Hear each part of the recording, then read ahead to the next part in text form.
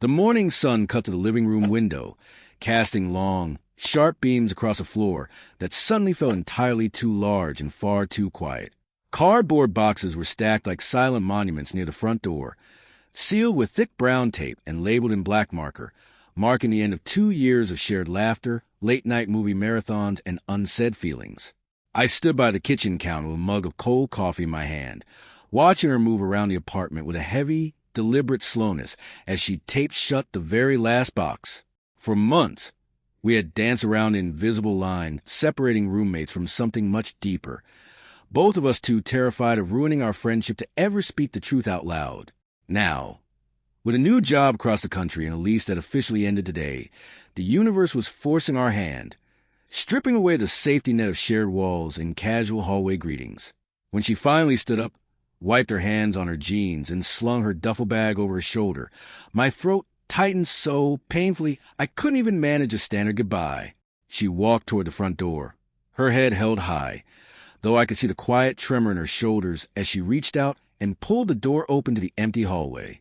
The click of the latch turning felt like a physical blow, a sharp sound that echoed off the bare walls of the apartment and left me rooted to the spot in absolute, paralyzing despair.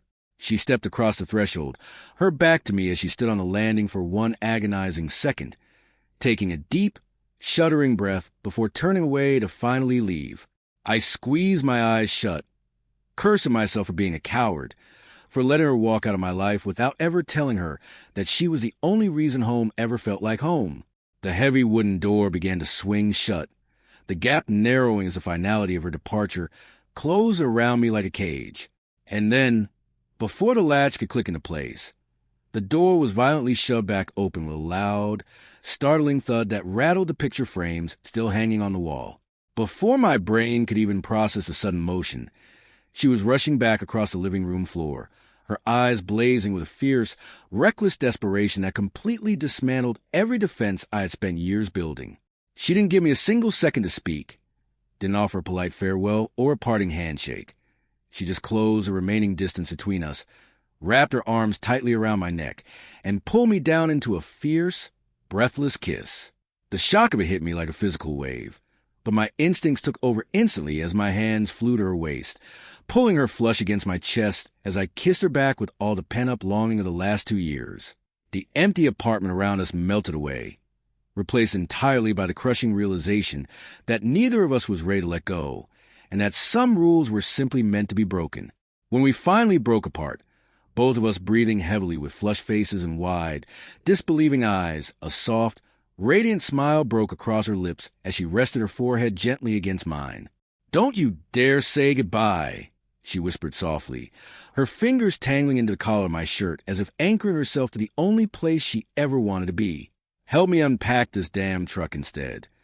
The sound of cardboard boxes being dragged back across the hardwood floor was the sweetest music I had heard in years, shattering the heavy silence and replacing it with chaotic, beautiful bursts of life. We didn't waste any time sorting through tape or worrying about schedules anymore. We tore open the flaps of the nearest box and started hauling her belongings back into the living room with frantic, laughing energy. Every item we pulled out, from the mismatched coffee mugs to the silly framed posters we had bought at a flea market, felt less like clutter and more like a second chance we hadn't expected to get.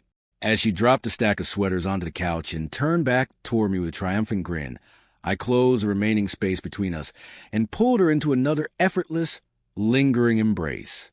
"You know," I whispered against her hair, smiling as the realization fully settled into my chest, "this has got to be the worst moving out strategy in history." "Shut up and help me unpack," she laughed softly, pulling back just enough to look up at me with eyes full of a warm, undeniable promise.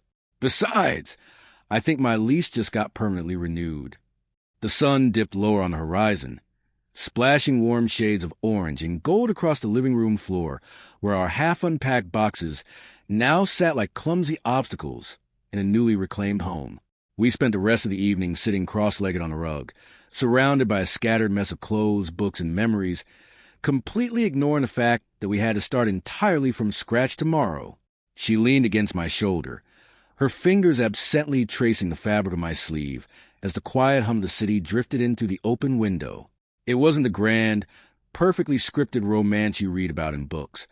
But as I looked down at her resting comfortably beside me, I knew that the best parts of life were the ones that caught you entirely off guard when you were too stubborn to let go. The room grew comfortably dim as the twilight shadows lengthened across the floor, but neither of us made a move to switch on the overhead lights or clean up the sprawling chaos around us.